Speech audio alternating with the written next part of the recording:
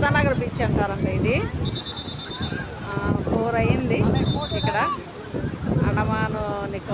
అండమాన్ దీవుల్లో. ఇది రాధానగర్ బీచ్ సూపర్గా ఉంది. 5ంటికే చీకటి పడిపోతుందండి ఇక్కడ. ఈరోజు అయితే వర్షం లేదు, కానీ నిన్న మాత్రం బీభత్సంగా వర్షం పడింది.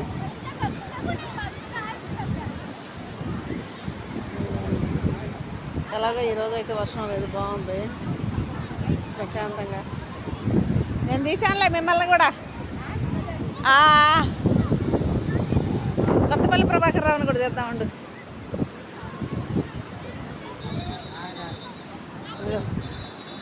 లోపల కూర్చో.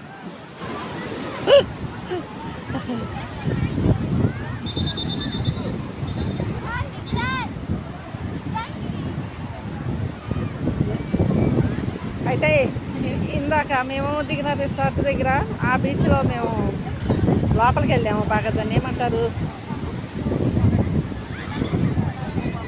ఏదో అంటారు, అదే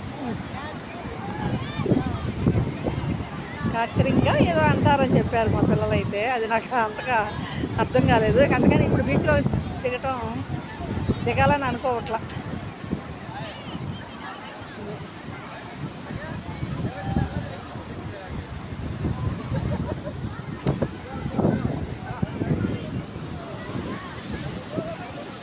మళ్ళీ ఎలాగో రేపు వస్తాం బీచ్కి. రేపు దిగొచ్చులే అని చెప్పి ఇంకా ఈరోజు దిగాలనుకుంటున్నాం. దాకా తడిచాము అక్కడ ఇంటి దగ్గర, బీచ్ దగ్గర. మేము దిగిన రిసార్ట్ దగ్గర బీచ్లో తడిచాము బాగా. ఇంకా అందుకని ఇప్పుడు వద్దులే. చెట్లు చూడండి ఎంత బాగున్నాయి అసలు, పెద్ద పెద్ద చెట్లు.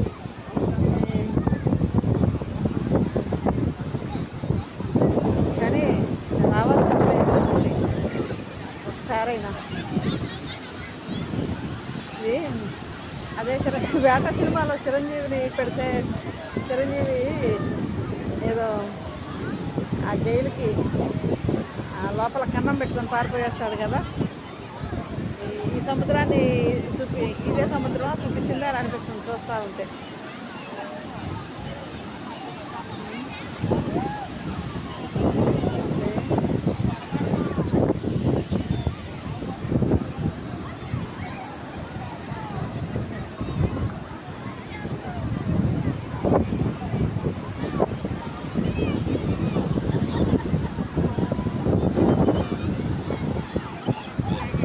ఎంజాయ్మెంట్ అందుకే బాగుంటుంది.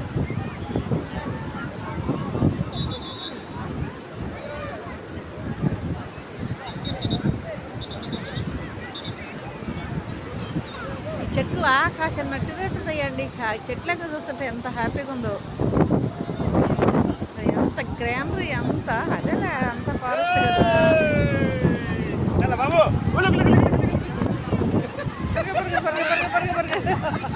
పరుగ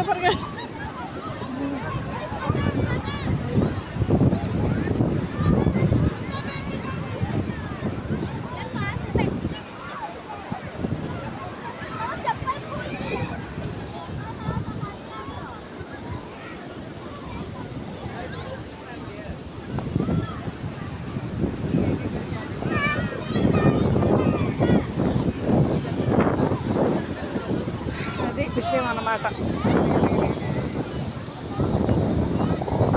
హాయిగా ఉంది.